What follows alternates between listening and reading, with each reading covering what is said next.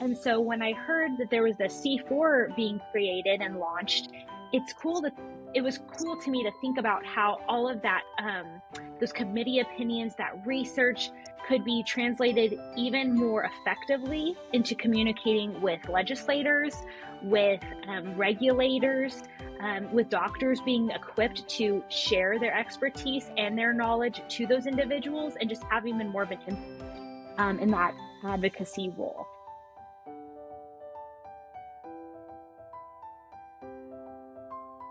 Welcome to Caring for Both, a curbside consult series by the American Association of Pro-Life Obstetricians and Gynecologists. On this podcast, we bring on experts to provide insight to support medical professionals in their life-affirming practice of healthcare. I'm Dr. Susan Bain. I'm a board-certified obstetrician and gynecologist, and I'm excited to be your host for the episode today. You guys may already know that I am on the board of directors for AAPLOG. In fact, I recently became the vice chair of the board. However, since we have our new 501c4 AAPLOG Action, I am actually the chair of that board.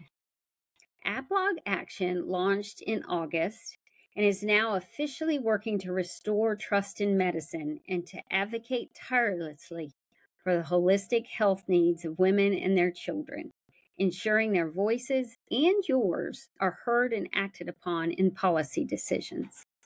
I'm proud to be serving as the chair of AAPLOG Action. I'm also proud to speak with you today with Rebecca Weaver, our new executive director of AAPLOG Action. We're going to be talking all about her work, and her vision for this new organization. So let me tell you a little bit about her background.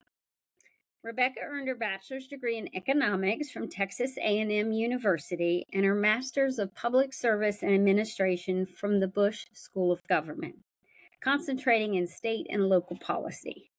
She worked in the Texas House of Representatives in Austin and for Senator Ted Cruz and Congressman Gary Palmer in Washington, D.C., before joining Texas Right to Life in 2017. She lives with her husband, Jared, in Nolanville, Texas, and their newborn baby, Julius Rex, who I got to meet recently. They're both adorable, and their cat, Judge. In her free time, she loves reading and watching Jane Austen novels, grabbing coffee with friends, and can never pass up a Hallmark movie, a woman after my own heart. She is thrilled to join the AAPLOG team. Rebecca, thank you for joining us today on the podcast. Yeah, I'm thrilled to be here. So let's start off. I told, kind of the bio about yourself, but tell us a little bit more about yourself and how you ended up in this position as our new executive director. Yeah, so growing up, the pro-life movement was just something that was always important to our family. I don't have a big, conversion story or anything like that. It was just something that we cared about and were involved with. And then I went off to college and grad school, and I thought I was going to do one thing, and got redirected and ended up interning in Washington, D.C., and got the bug of wanting to go back there. And so I did. And so I was kind of doing that public sector work. And then I decided it was a little too cold for me in Washington, D.C. And so I needed to come back to Texas where it was warmer, and got a job working at with the pro-life movement in Texas. And so it's just been cool to see how this public sector experience and passion for a cause that's always been dear to my heart came together in my previous job. And all of that too has helped lead to me being able to step into this role as executive director of AAPLOG Action and combine just knowledge of that policy world that is so wonky and we don't always know all the ins and outs of until you're in the middle of it, with such an important cause that is becoming even more central to our conversations in everyday life because of the decisions that have been made recently at the state and federal levels. Yeah, thank you for sharing that with us. So when you think about AAPLOG Action, what really appealed to you to join us? And what do you think in this post-Dobbs era is the value of an organization like AAPLOG Action? Yeah, well, AAPLOG itself, the C3 portion of our organization is just provided critical information to obviously doctors, but individuals like myself before I joined to run, or the C4 as executive director, with just the committee opinions, the research, all that kind of stuff. And so when I heard that there was the C4 being created and launched, it was cool to me to think about how all of that, those committee opinions, that research could be translated even more effectively into communicating with legislators, with regulators, with doctors being equipped to share their expertise and their knowledge to those individuals, and just have even more of an impact in that advocacy role. So that's what really appealed to me, and I'm so excited that we're getting to start doing that. And one of the things we're already working on this fall is these state ballot initiatives. And, across 10 different states, there are these pro-abortion constitutional amendments trying to put the right, quote unquote, to abortion in these state constitutions, which would completely eliminate any sort of legislative action in the future because it would be a constitutional right. And so that's a way we already have our boots on the ground and are trying to influence and advocate for life affirming policy to protect against these states having these just extreme ballot initiatives end up in their state constitutions. Yeah, so tell us a little bit more about that. When you think about, let's take a state like Florida, for example, which has one of these ballot initiatives. How does AAPLOG partner with doctors that are in the state to help bring awareness to the public as they're thinking about how to vote yes or no? Yeah, so right leading up to this moment, we've already had 7 states that have all passed pro-abortion ballot initiatives. And I think we've learned as a movement from those failures that we can't just, grassroots activists, people who are passionate for this cause are so important to it.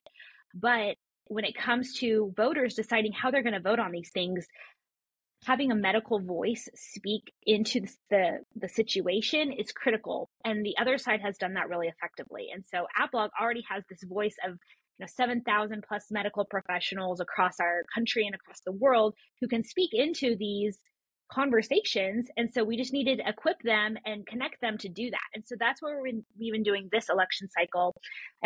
Like you mentioned, Florida, we have 400 plus physicians and medical professionals who have joined a coalition in that state to oppose Amendment 4. And they're working on that, just to bring that medical voice, saying that even if you're not pro-life, even if you are, pro-choice, these extreme amendments go too far. And as a medical professional, here's why.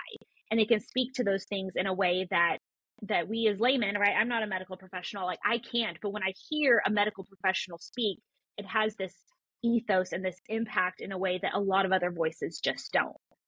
Yeah. So Dr. Donna Harrison is the former CEO of AAPLOG, and she says courage is contagious. And one of the things that, for me as a practicing OBGYN, it's really neat to see the engagement, not just in Florida, but other states across the country, Colorado, Arizona, South Dakota.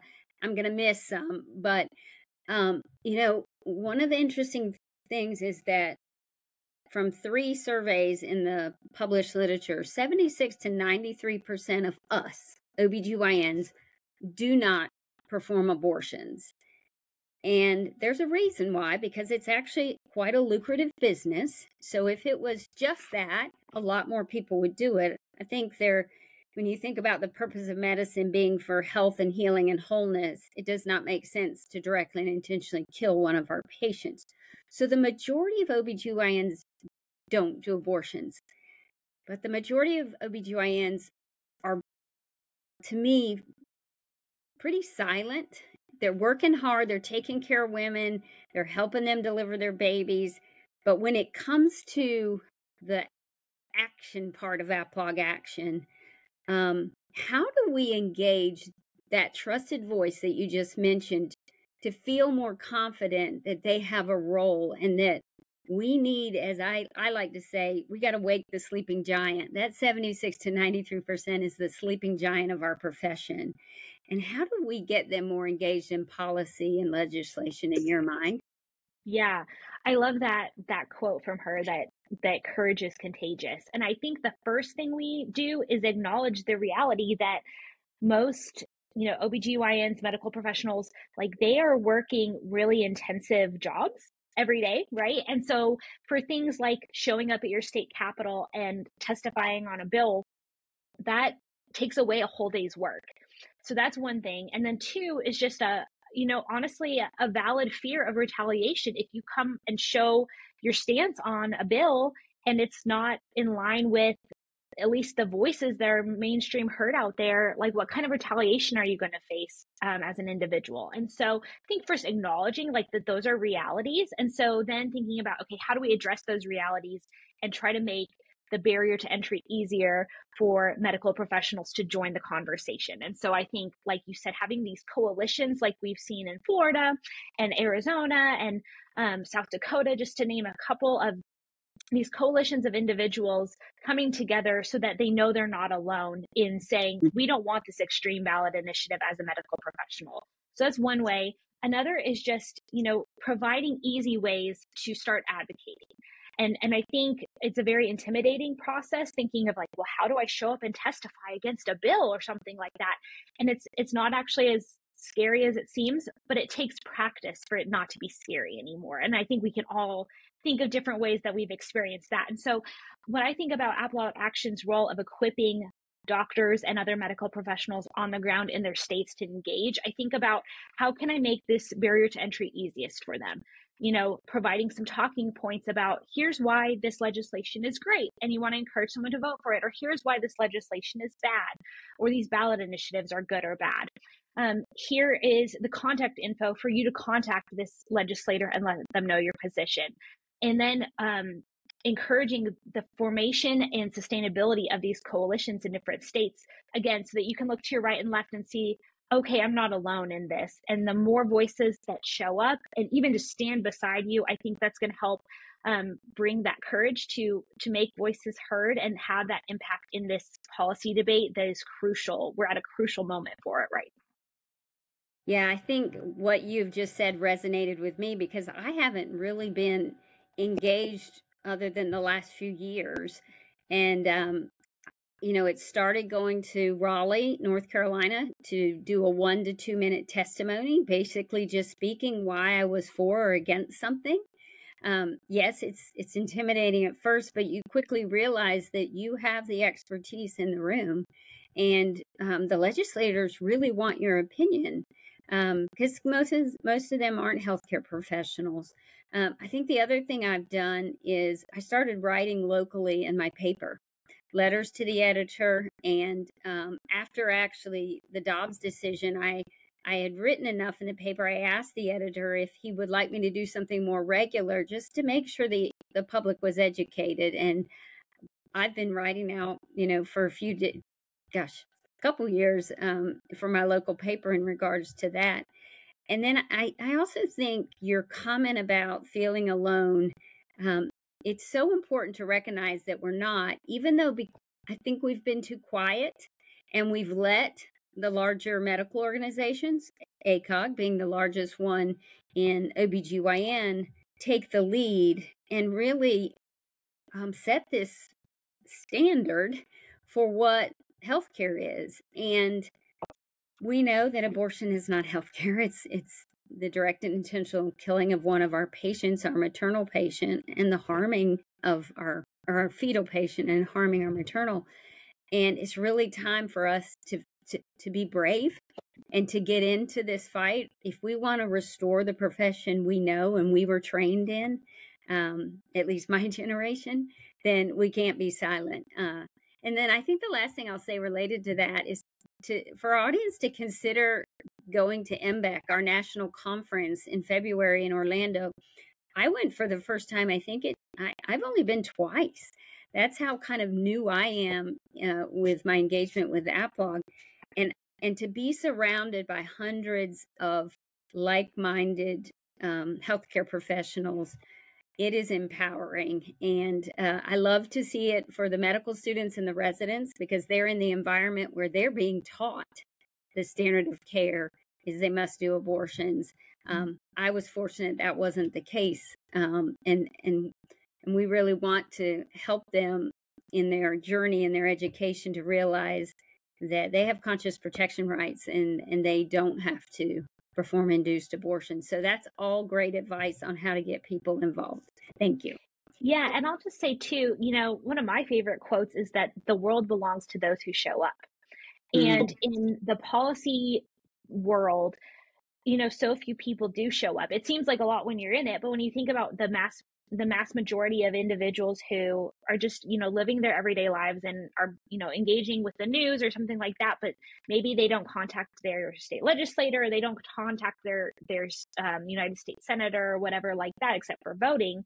And so for too long, I think to your point, we've allowed the voices that show up to be those that are pro-abortion and are ardent so, and whether out of just lack of time or lack of making the time or fear, whatever that is, and I think we've realized with the reversal of Roe that it's time that we show up too, and start making that impact and showing up and making our voices heard. And that's what AAPLOG Action is here to help equip those healthcare professionals who are interested in doing that, in showing up and helping make a difference. Because your point is so true that when an elected official sees you in your white coat show up to give a testimony, it's a whole different ballgame than a different individual. I'm not saying that, normal individuals like me who don't have a medical degree can't show up and give our opinion. We should. That's our right as Americans. But when you show up as a medical professional and you have those extra credentials, like you have an expertise that has such a bigger impact on these conversations and is so invaluable to them. Yeah.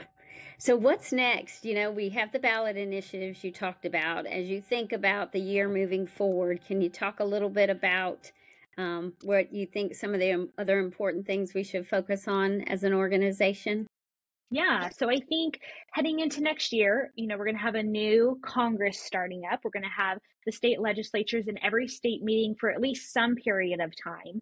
And so thinking about what comes next for us, hopefully there will be no ballot initiatives next year. We'll see. I think that's probably not going to be true, but hopefully it's true, right? At least we get maybe a break from them. And so anyhow, engaging on legislation at the state level and the federal level, tracking those things. It's just as important to stop bad bills as to pass good bills. And so I'm going to be working to monitor what are those good bills that we want to have physician voices behind and encourage, and what are those bad bills that we need healthcare professionals to call their legislator and say, hey, this bill is bad. We don't need it to move forward. Also, testifying, we've already had our CEO, Dr. Francis, testify at several congressional hearings this year. And so we'll see what next year holds for that, whether at the congressional level or state level of showing up and testifying and providing that important testimony and expertise, and then endorsing legislation. And so putting our impetus behind certain bills that we want to make sure are recognized as priorities when it comes to life-affirming medicine for that maternal patient and for that fetal patient. And so figuring out kind of what is that going to look like and promoting those things. That's kind of the plan for the next year. Well, you sound like you're going to have a busy year. Busy, but good. Exactly. Well, we are so excited you're on board. Tell us a little bit about how AAPLOG members can stay in touch with or get involved in AAPLOG Action. Yeah, definitely. So if you go to aplogaction.com, you can sign up on there to join our mailing list. And through that, you'll get updates and different things like that. Also on all your normal social media platforms. So Facebook, Instagram, X, it's AAPLOG Action if you search for that. And sometimes it's AAPLOG action or AAPLOG_action, but you can follow us there for all kinds of timely updates and different, news articles and different things like that. And those are the best ways to start getting involved and engaged with us. Fantastic. Well, thank you so much for spending time today and letting our audience know more about AAPLOG Action. And just for the audience, thank you for listening to us today. If you like this episode, be sure to give us a like and subscribe on YouTube. Or if you're listening on a podcast app, give us a 5-star review. And we will see you on our next episode. Bye, everyone.